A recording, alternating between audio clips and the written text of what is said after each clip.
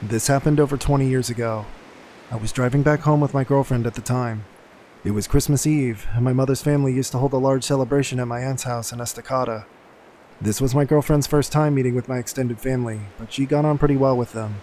We spent the majority of the afternoon and evening talking, playing poker, opening presents, and drinking an assortment of adult beverages. My girlfriend had been quite inebriated by the time we had to leave, therefore I'd be the one driving us home. It was around 11 p.m. or so. I was driving my girlfriend's car along Highway 211. Now, this stretch of road is surrounded by farms and dense patches of forests, and parts of it are unlit. But nothing to fear. I grew up in this area, so I knew this road like the back of my hand. The both of us were just driving and talking away, just two young lovers making the most of our moment together. There's a portion of the highway that descends down an enormous hill before crossing Deep Creek. Surrounding both sides of the road are thick forests. There aren't any lights. The only thing we could see was the area directly in front of our headlights. I drive down the hill, cross the bridge, and uphill through more forest. It's as the highway starts to flatten out that it happens. Something sprints across the road so suddenly that I almost hit whatever it was. I slam on the brakes. I turned to my girlfriend and asked her if she saw it. She confirmed that she had, but she couldn't make out what it was.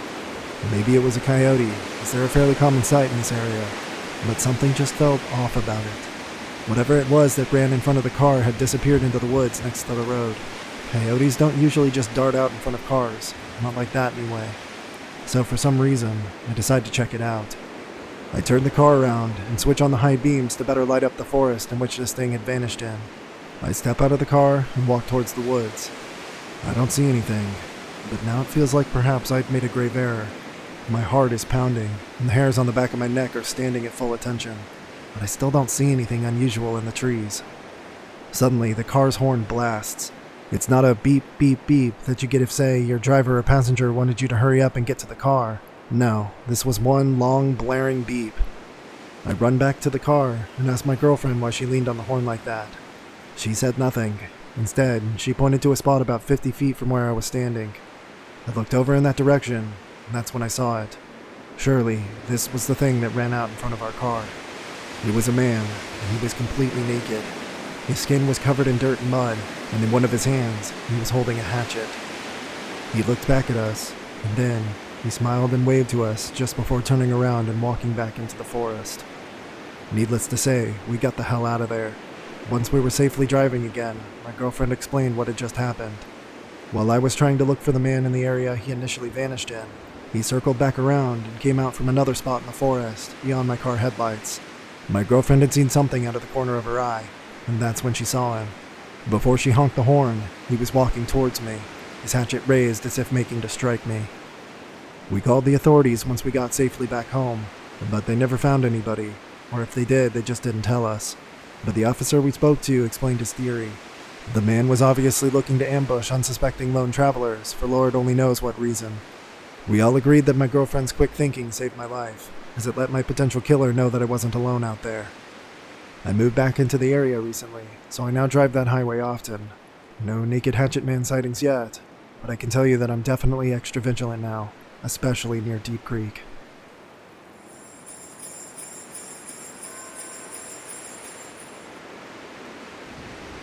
Okay, so I've known for a while I wanted to submit this story, but felt odd about it since I'm still friends with some of the guy's family and would feel like a total shitbag if it was seen.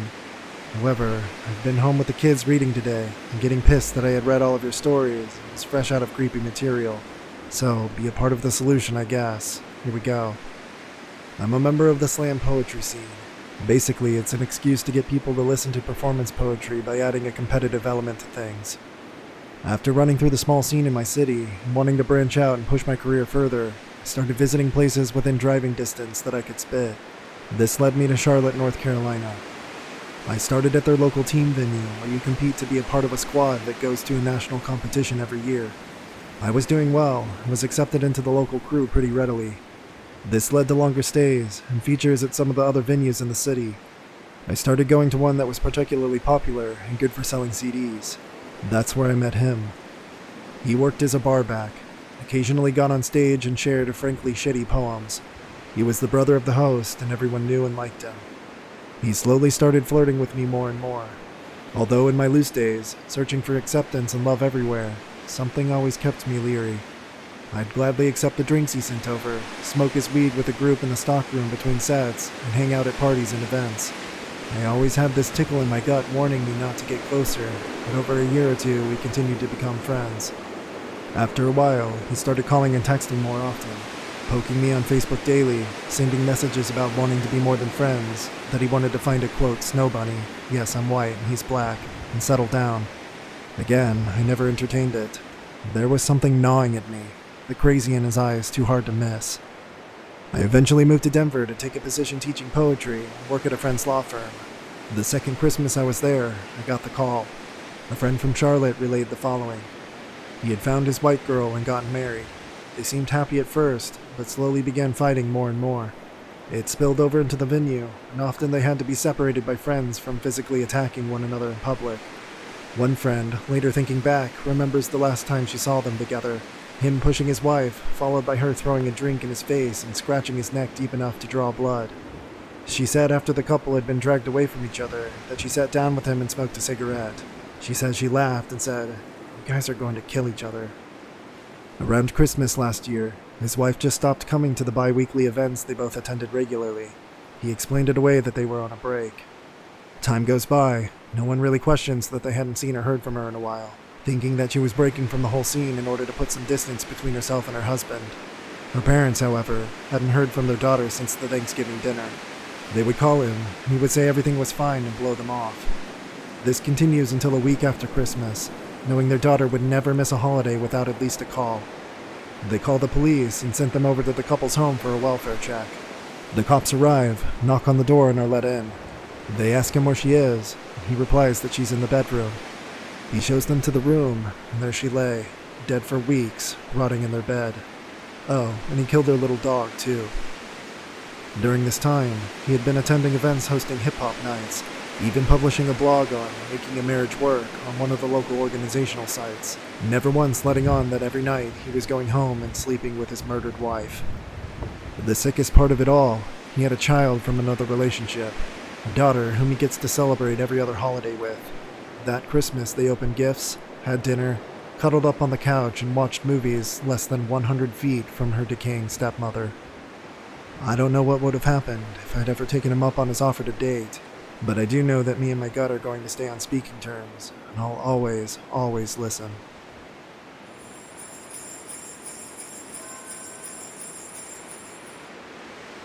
This was a long time ago, so the timeline might be a little off and some details are fuzzy, but I've written it out exactly as I recall it.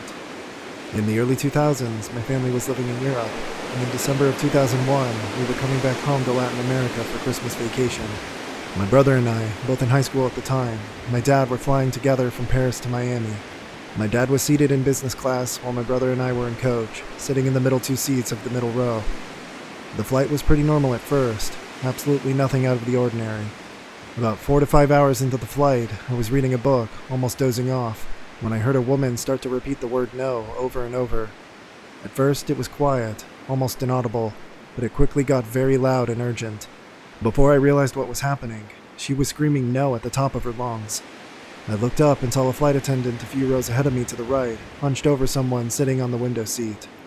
My first thought was that the passenger was having a heart attack or some catastrophic health problem, but her yelling was so unsettling that this couldn't be it.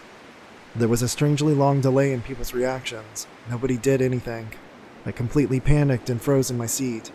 My brother, on the other hand, jumped out of his seat, jumped over the person sitting on the aisle seat to his right, and ran up to see what was going on. He was up there in a matter of seconds, and as he approached, suddenly everyone around us stood up to see what was going on or try to help. She kept screaming, and now she was struggling with this passenger. He was really tall, so tall that his whole body was visible over the back of the seat, and he had long curly black hair. My brother came back to our row and said, "Something's wrong," before going back up to get a closer look. Passengers close to her began struggling with the guy as well. A bunch of people jumped on him and started pulling at him, and someone in the row behind him even pulled his hair back so hard his face jerked toward the top of the plane. He let out a really loud scream, and then there was chaos. The aisles were so crowded nobody could move, and I saw a fire extinguisher being passed hand to hand from the back of the plane. I immediately thought there was a fire and that we were all going to die. It was an incredibly hopeless sensation to know that there was nowhere to run to, and no way to escape this situation unfolding right in front of you. They passed the extinguisher up to a male flight attendant near the guy, and the flight attendant hit him with the butt of the extinguisher really hard in the face. They started asking for belts, headphones, straps, etc., anything they could use to restrain him. My brother took off his belt and gave it to them, and they wrapped everything they could around the passenger's arms, shoulders, and torso, securing him to the seat. I saw the male flight attendant who had hit him with the extinguisher carry a pair of large black tennis shoes to the back of the plane, which at the time seemed kind of strange, but I didn't think much of it. The flight attendants asked if there was a doctor on board to sedate the guy. People kept asking if there was a flight marshal on board, but nobody came forward. I can't exactly remember how or when things calmed down. Eventually everyone was told to return to their seats. A small group of the people that helped restrain the guy were asked to keep guard on a rotation. There were always at least a few people sitting around him or next to him, keeping an eye on him. I think there was even someone behind him holding a fistful of his hair for the rest of the flight. The pilot announced over the PA that there had been a, quote, security breach.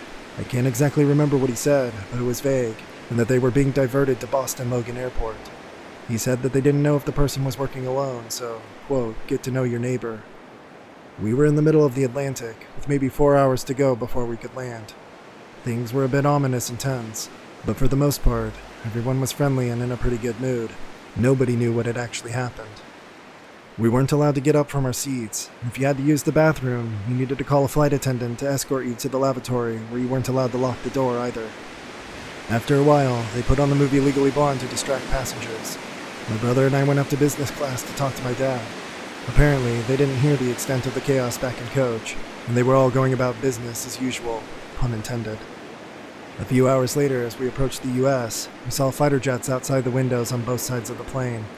The pilot announced that they were, quote, escorting us to Boston. A few little kids got really excited watching the jets. I later learned that these are the last resort security measure to prevent hijacked planes from repeating 9/11 style attacks. They were supposed to shoot us down in case of a major threat. We landed and were told to stay seated. A SWAT team came on board carrying assault rifles and tons of body armor, cut off all the guy's restraints, and took him off of the plane. I saw everything in detail, since we were seated only a few seats behind him. We were parked in the middle of the tarmac for a long time before we were allowed to disembark. I remember seeing pieces of my brother's belt on the guy's seat as we left, and thought about taking one as a souvenir, but thought better of it. We were escorted to a baggage claim area in Boston Logan Airport that was surrounded by a large metal fence to keep us all in one place. We were there for what felt like 3 to 4 hours, just waiting anxiously, and nobody would explain anything to us. Passengers were getting really agitated, shaking the metal fences and yelling at airport personnel that this was inhumane treatment. There was no food, nowhere to sit, and children were crying. Dozens of people were trying to sleep on the baggage carousel. They finally ordered a bunch of pizzas and led us into a waiting area with actual chairs, where each passenger was interrogated by the FBI. They were astonishingly unfriendly. I guess that they were trying to discern if the guy had any partners on board. They then shuttled us to our baggage, where security officers thoroughly hand-searched every single passenger's shoes, suitcases, and carry-on bags, and patted everyone down. We were finally allowed to make a phone call and called my mom. The rest of the family was completely hysterical. They had been watching the news all day, and knew that an Islamic extremist terrorist had tried to blow up our flight with a bomb that he had smuggled on board in his shoe. We had absolutely no idea what had actually happened until this moment, as we were kept completely in the dark. It was a very strange sensation. Up until this point, my dad, brother, and I had actually remained pretty relaxed considering the circumstances, and were more annoyed about the inconvenient changes to our travel itinerary than the crazy experience on the plane. We had no idea how bad the security breach really was, and how close we came to being killed. After about 12 hours in Boston, we were put on another flight home. My brother made the mistake of giving a few interviews to CNN and other networks while we were in Boston. So when we landed in our small country, he was immediately swarmed by the press and gave a bunch of interviews despite being exhausted. I was happy to finally sit and relax with my family after the longest and most stressful trip of my life. We later learned that the bomber, Richard Reed, had actually tried to board the same flight on the previous day. He was detained and questioned by French security because of multiple red flags. He had no luggage and purchased a one-way ticket with cash, causing him to miss his flight. They put him on the next day's flight and put him up in a hotel kind of far from the airport, since everything nearby was booked. The following day it rained, and on the walk from the hotel to the airport, his shoes got wet. This might have been why he had trouble lighting the wick in his shoe. His plan was to light it in mid-flight. He waited until the passenger next to him went to the bathroom, then tried to light his shoe with matches. The female flight attendant that had first engaged him had smelled the matches and was looking up and down aisles for the passenger who she assumed was trying to smoke a cigarette. She saw him with the shoe in his lap and immediately tried to take it from him. They struggled, and he bit her hand. Reed is now serving 3 life terms in prison.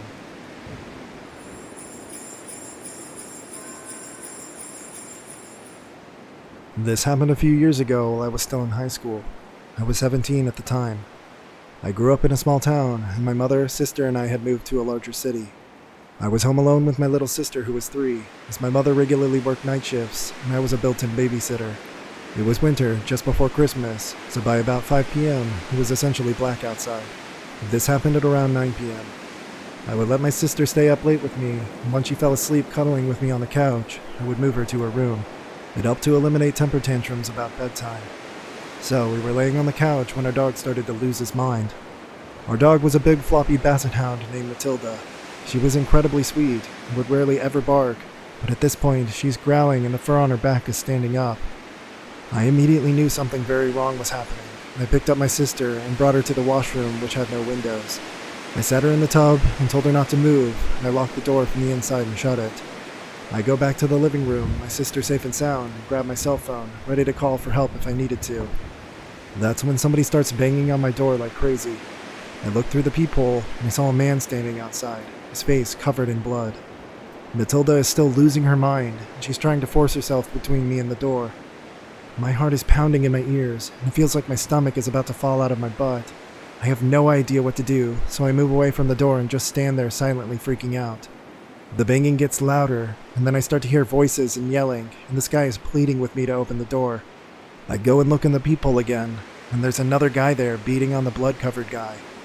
At this point, I'm a small, defenseless 17-year-old girl, and there are 2 seemingly large men outside, one of which is beating the crap out of another guy covered in blood as he's begging me to let him inside my house. I finally call 911. I give them the necessary information while I'm shaking uncontrollably, and they send police, fire, and ambulance. I genuinely don't think I made any sense during the phone call. I'm surprised they were able to narrow down what my address actually was. When the scene was finally taken care of, a police officer knocks on my door. We later found out that the bloody guy was jumped a block or 2 away and was beaten pretty badly. He made a run for it and made it to my house, and the dude that was assaulting him caught up with him. At this point, my dog is still going ballistic. My toddler sister is locked in the bathroom crying hysterically, and I feel like I'm about to die from how much adrenaline is pumping through my body. I open the door for them, and part of the front of it is still covered in blood from the hurt guy pounding on it, and I just break down. I'm still shaking and shivering from everything, and I start sobbing hysterically. I manage to get my dog to relax enough to let the officers inside, and they help me get my sister out of the bathroom. They call my mom at work to tell her what happened. They take my statement about the whole ordeal and stay with my sister until my mom gets home. Needless to say, that night my mom, my sister, and I all slept in my mom's room. In hindsight, I know the hurt guy wasn't trying to scare or hurt my sister or I. He was just trying to get help, and I felt terrible that I didn't let him in, despite it being the right thing to do.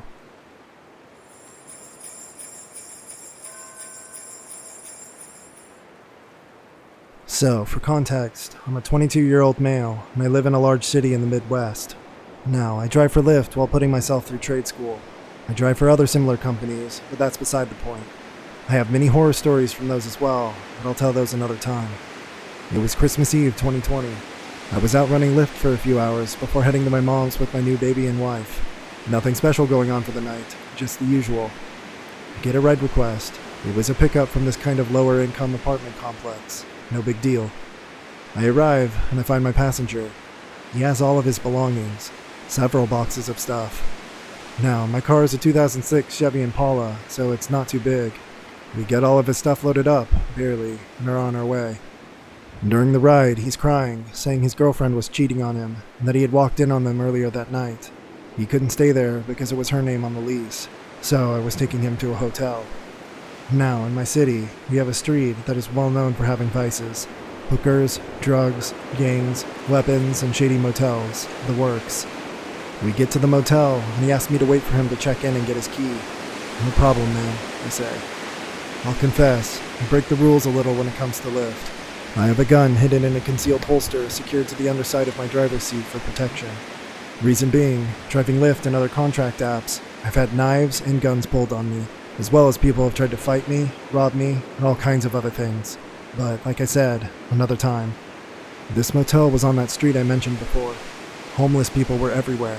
There was a dude on the far corner of the complex that still had a needle in his arm, passed out against the building. I'm a big fan of true crime and horror narration, so I'm on edge. He gets his key, the whole motel is on ground level, so to help the guy out I drive to his door. As I mentioned before, he had a lot of stuff, so I started to help him unload it. While I'm on my second trip getting stuff, I saw a guy come out of the room just south of my car, followed by two ladies. They came up to the room I was next to, not my passenger. One of the ladies pounded on the door, then opened it. That's when I saw the guy raise a fucking shotgun up out of his long coat and storm into the room, the two ladies following, slamming the door behind them. Following, I heard a lot of yelling and shouting. I was just waiting for shots to ring out. Out of nowhere, my passenger came up behind me. "I can take this, man. Go ahead and take off. Have a Merry Christmas." And he gave me a cash tip. I didn't even notice he took the boxes out of my hands or slid a $5 bill into my pocket. I was frozen. I knew what may have been going down in that room. I had to leave, or at least get to where I could get my gun. I know the guy and both ladies saw me, and I know they knew I saw the gun too. I had to get out of there. No witnesses. I got into my car and sped away quickly. I got a block or so away and called the cops. I gave them every detail I could. After I got off the phone with the police, I signed out a Lyft. I hadn't made much money, but I was done. I got a call later that night. The cops had investigated. They never found the gunman or the women. They never answered the door I saw them come out of. And the occupants of the room they went into said nothing had happened and that I was full of shit. Well, I know what I saw.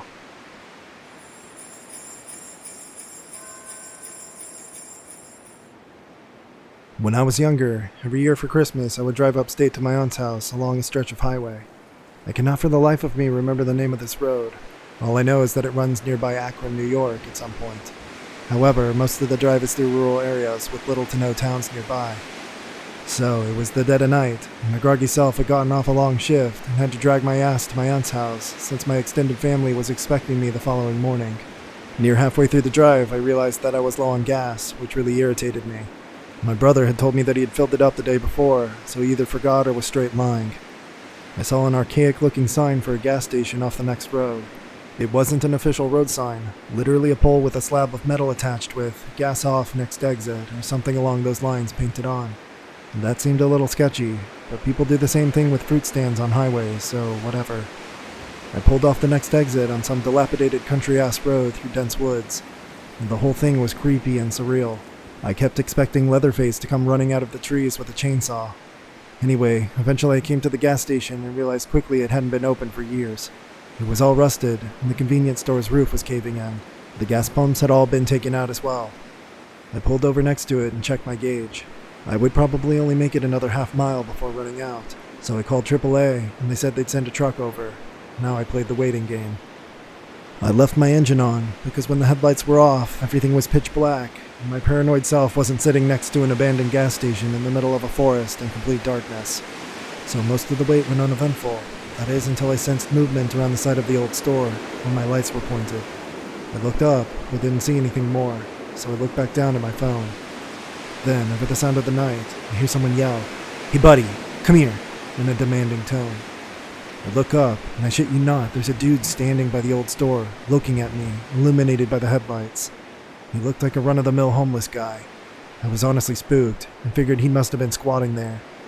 Still watching him, I rolled down my window and yelled something like, "Yeah, what's up?" Still mentally crapping myself, I had my foot ready to floor it out of there at the first sign of trouble. "You got any change?" "Nah, I don't, man, sorry." I look up at him. He has this kind of vacant expression and is standing stiff. And then I see more movement. There are heads, about 20 or so heads, peeking around trees beyond the man I'm talking to.